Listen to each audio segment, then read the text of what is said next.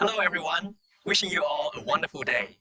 Today, I will tell the next part of the story about Jack and Tu Diem.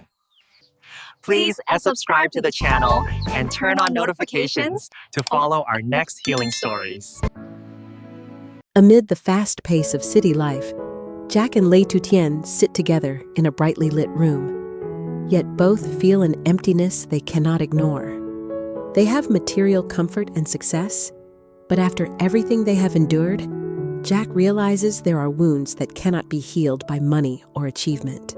A short documentary about children in remote highlands lacking proper schools appears on the screen. Images of barefoot children studying in temporary classrooms leave Tu Diem silent. She softly says she wants to do something, not for recognition, but to feel that life still carries meaning. Jack does not answer immediately. He looks into her determined eyes, then reflects on himself. For the first time in a long while, he nods, not out of obligation, but genuine desire. They begin researching highland villages, places where children must cross forests for hours just to attend class. The decision to go is not announced publicly, without media or noise. It is simply two people choosing to leave their comfort zone for somewhere that needs them more. When Jack closes his laptop, he admits the journey will be difficult. Tu Diem smiles, saying she is ready. Outside, the city lights continue to glow. But in that moment, both understand that their most important journey has just begun. Not to give as much as possible, but to learn how to listen and change through the smallest, most human acts. The tension rises through the first challenges as Jack and Ly Tu Diem leave the city behind. Their pickup truck, loaded with donated supplies, turns onto winding mountain roads where phone signals fade and thick fog takes over. Tu Diem sits by the window, quietly watching scattered rooftops appear and disappear around sharp bends. The rough road shakes the vehicle constantly, red dust covering the windshield, yet neither complains. Jack focuses on driving, gripping the steering wheel tightly, realizing this journey is nothing like the business trips he once knew. There is no precise schedule, no comfort, only uncertainty stretching mile after mile. When the truck stops due to a landslide blocking the road, they step out to help local villagers clear rocks and create a temporary path. For the first time, Tu Diem truly feels the hardship of the highlands, her clean shoes quickly covered in mud. Instead of frustration, she smiles and helps a small child carry supplies. Jack watches quietly, a complex emotion rising within him. He understands this trip is not just about delivering material aid, but about learning patience and humility. As the vehicle moves again under the fading afternoon light, the mountains unfold before them, majestic yet unforgiving. Tu Diem softly remarks that the children's daily path to school must be even harder. Jack nods in agreement. This arduous journey has only begun, but it already teaches them that real change always requires crossing roads that are far from easy. The quiet tension reveals itself as Jack and Ly Tu Diem arrive at a small village hidden deep within the mountains. There is no welcome gate, no signboard, only a few low wooden houses clinging to the hillside. The muddy path leading into the village bears footprints of small children left after the rain. The air is unusually still, broken only by wind rustling through bamboo and distant rooster calls. Tu Diem slows her steps, her gaze resting on children peeking from behind bamboo fences, curious yet shy. They do not run forward, only watch the strangers from afar. Jack bows slightly to the village chief, an elderly man with sun-weathered skin and gentle eyes, who invites them inside for a simple cup of spring water. Inside the modest wooden house, Jack listens as the man describes life here. Long, rainy seasons, frequent landslides, children often forced to miss school because the paths are too dangerous. Tu Diem looks around, noticing hardship in every small detail, yet sensing no resentment. When they step outside, a few children finally gather the courage to approach. A young boy offers Tu Diem a wildflower, smiling shyly. She bends down to thank him, her eyes stinging with emotion. Jack stands behind her, realizing this village needs more than material aid. It needs to be seen and heard. In that simple setting, both understand their journey has become more than a charitable visit. It is a commitment born from empathy. The gentle tension unfolds as Jack and Ly Tu Diem step into the open dirt yard where the children are gathered. There are no cheers or eager rushes forward as Jack once imagined, only wide, curious eyes mixed with hesitation. The children stand in small clusters, holding hands, wearing worn but clean clothes and plastic sandals smoothed down by mountain paths. Tu Diem kneels to their eye level, smiling and greeting them softly.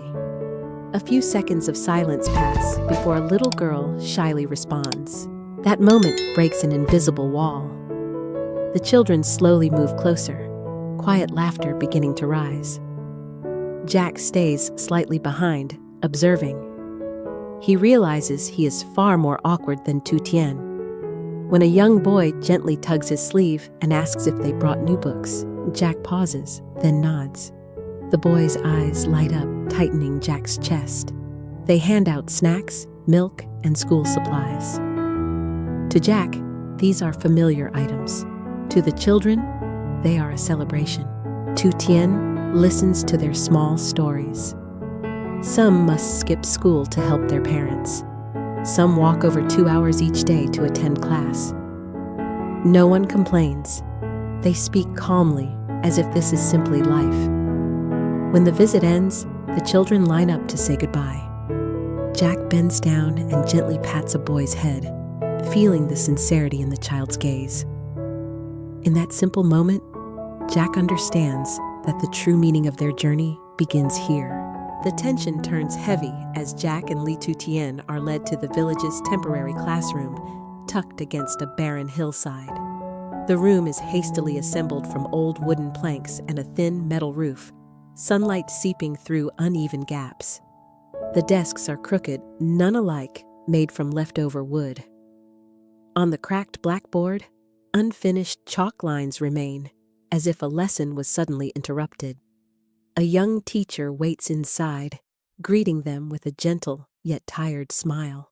He explains that whenever heavy rain falls, classes must stop because water floods in and cold wind sweeps through. Some days, he teaches while worrying the roof might be torn away. Tu Diem walks slowly around the room, touching the rough desk surfaces, quietly observing the worn notebooks. Jack stands behind her, unusually silent. Accustomed to modern conference rooms, he now feels small. When a few children take their seats, their eyes shine despite the lack of resources. A young boy stands to read his lesson aloud, his voice trembling but determined. The moment makes Tu Diem turn away, hiding her emotion. Jack takes a deep breath, realizing what is missing is not only a sturdy building, it is safety and long-term access to education. This temporary classroom is more than a place for learning letters. It is proof of fragile dreams struggling daily against harsh conditions, waiting for a hand patient enough to protect their future.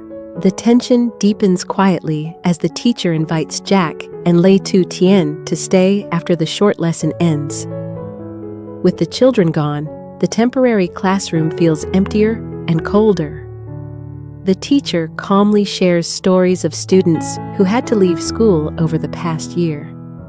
Some dropped out because the walk was too far, others because their families could not afford supplies, and some simply because there was no place to study when the rainy season dragged on. Each story is told in an even tone, as if it has become routine. But to Jack, every word lands heavily on his chest. He asks if there is any alternative. The teacher shakes his head, explaining they have done everything within their means. The nearest solid school is more than 2 hours away on foot, across streams and steep slopes. Young children cannot manage it. Jack falls silent, eyes fixed on the cracked dirt floor. He realizes that what he once took for granted, a safe classroom, a smooth road, is a luxury here. Tu Diem sits beside him, hands clenched together. She says nothing, yet Jack senses the slight tremor in her shoulders. As they stand to leave, Jack pauses at the doorway, looking back at the empty room. He imagines heavy rain and strong winds, and a place unable to shelter anyone. In that moment, Jack understands the journey has already changed him. Non-news, explaining this will not be his project alone, but a collaboration. He needs the community's unity, from choosing the location to contributing labor. Ly Tu Diem sits beside him, quietly nodding, her gaze firm. The village chief stands and bows in gratitude, his voice trembling as he says, "This is what they have hoped for over many years." Jack replies that it is they who have shown him the true meaning of giving. That decision does more than begin a construction. It opens a different future for the Highland children, one where dreams no longer have to shelter in fragile classrooms. The tension spreads in a different way as the entire village begins to unite around the school construction project. There is no formal groundbreaking ceremony, only an early morning when villagers arrive carrying hoes, shovels, bamboo baskets, and whatever materials they have. Jack stands in the open space chosen for the foundation, quietly observing. He is no longer the sole decision maker, but part of a collective working toward the future of their children. Strong men take on digging and transporting stones. Women prepare simple meals, their laughter blending with lively conversation. Children are not told to stay away. Instead, they eagerly help with small tasks like collecting rocks and carrying water. Ly Tu Diem moves among them, asking questions and thanking each person sincerely. She realizes this school is being built not just with money, but with trust and unity. Jack rolls up his sleeves and lifts the first bricks himself. Hands once used to keyboards and documents are now covered in mud, yet he feels no discomfort. Instead, he senses a rare connection. The village chief says this school belongs to everyone, and therefore everyone shares responsibility. Jack nods in agreement. Under the highland sun, the first foundation lines slowly take shape. There is no guarantee the journey will be smooth, but this moment is enough to believe that when people work together, even what once seemed impossible can begin to take form. The tension strikes suddenly when heavy rain pours over the mountains for hours, turning the small construction site into thick mud. Water rushes down the hillside, carrying soil and rocks, threatening the freshly dug foundation with collapse. Villagers hurry to cover it with sacks and tarps, but strong winds make every effort fragile. Jack stands in the rain, clothes soaked, eyes fixed on the foundation. He hears the village chief shouting for everyone to retreat for safety. In that moment, worry spreads across every face. Some sigh, fearing the project may have to stop due to harsh nature. Ly Tu Diem pulls Jack's arm, urging him to seek shelter, her voice anxious. Jack looks around and realizes this is what the villagers have faced for years. Rain does not only interrupt work, it tests the fragile trust just beginning to form. When the storm eases, everyone returns to inspect the damage. Part of the foundation has been washed away, materials lost. Silence lingers briefly. Then the village chief says they will start again from the beginning. His words carry no disappointment, only familiar acceptance. Jack takes a deep breath and steps forward, saying the project will not stop because of one storm. He suggests reinforcing the foundation more securely.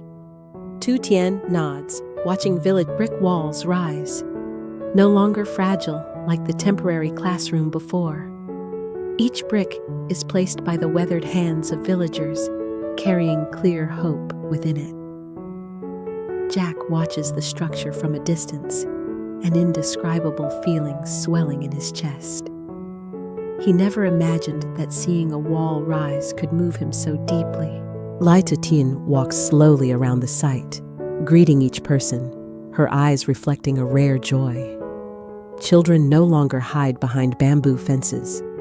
They run around the construction area, counting bricks and laughing when given small tasks. A young boy uses a stick to draw the future school on the dirt, saying there will be big windows someday. Tu Diem kneels to look at the drawing and nods, saying that dream is becoming real. Jack steps closer, realizing this building is not made only of materials, but of trust built day by day. As the sun climbs higher, light falls on the rough walls, creating an unexpected warmth. The village chief says he has never seen the entire community so eager. Jack smiles, understanding that this school has grown beyond its original purpose. It has become a symbol that when people refuse to give up, even distant dreams can be reached. And with every brick laid, the future of the children grows stronger and more secure. The climax spreads gently on a special morning as the new school is officially completed. There is no grand stage or colorful banners, only a swept dirt yard where villagers and children gather early. A small flag hangs at the school entrance, fluttering softly in the mountain breeze. Jack stands beside Ly Tu Diem, quietly taking in the scene. The children who were once shy now wear new uniforms, their eyes shining. Laughter fills the yard, replacing the familiar stillness of the village. The village chief steps forward, his voice trembling as he offers thanks. He recalls long rainy seasons when children had to miss school because there was no safe place to learn. Now, what once seemed distant is real. Jack is invited to speak, but he keeps his words brief, saying the school is the result of the entire community's effort. He did not come to give, but to build together. Ly Tu Diem watches as the children enter their new classrooms, neat desks, and windows welcoming sunlight.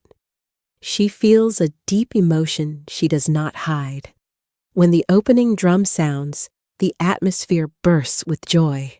A little girl runs to hold Tu Diem's hand, saying she is no longer afraid of the rain. The simple words make Jack turn away, taking a deep breath. The inauguration day marks more than the completion of a building. It marks the beginning of trust. That quiet efforts can still create lasting change for small lives in the highlands. The tension settles into a peaceful afternoon as Jack and Ly Tu Diem sit with the children inside the new classroom. Sunlight slanting through windows that still smell of fresh wood. Neat desks, a clean blackboard, and brand new books transform the space from the fragile classroom of the past. The children sit in rows, eyes bright with anticipation. Jack stands, without a microphone, speaking slowly and warmly.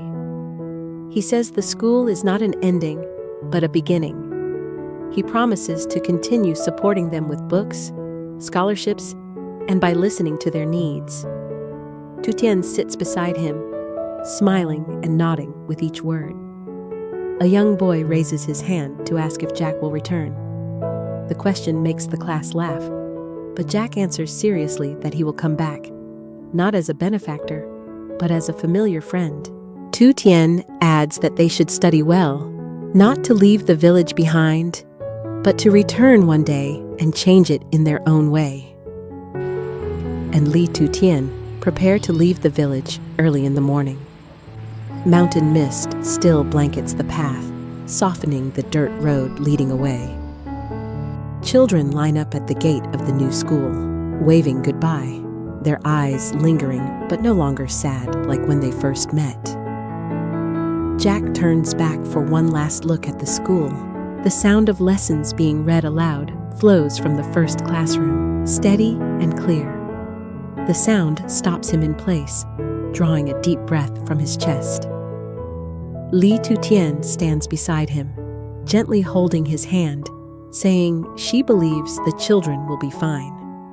The village chief approaches, offering a bag of rice and dried bamboo shoots as a gift.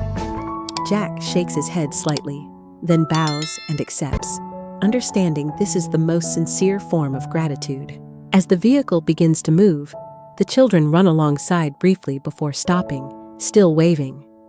Jack watches through the rearview mirror, feeling different from when they arrived. He realizes they did not only bring a school. They received peace, connection, and a profound reminder of the value of slowing down. Tu Diem leans back and softly says the journey healed her in ways she never expected. Jack smiles. In the distant mountains, they learn that giving does not diminish a person.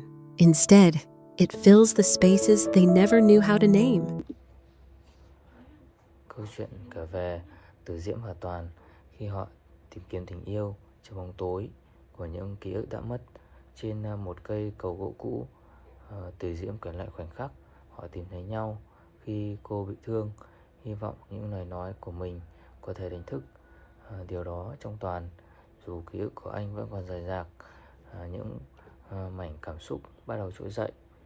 Cùng nhau họ hái táo trên một ngọn đồi mùa đông yên tĩnh khi và sẻ chia tiếng cười, công việc giản dị và sự chăm sóc thầm lặng nhưng vô cùng quen thuộc. Tại khu chợ nhộn nhịp, Từ Diễm bán táo và ân cần chăm sóc Toàn, mua cho anh những đôi giày và tất ấm áp. Những cơn gió lạnh, đám đông ồn ào và những ký ức phai nhạt, sự tận tâm bền bỉ của cô trở thành nguồn ấm áp. Câu chuyện nhấn mạnh các tình yêu không chỉ được ghi nhớ mà còn được xây dựng lại thông qua những khoảnh khắc đời thường, sự kiên nhẫn và hành động lặng lẽ, lựa chọn nhau một lần nữa.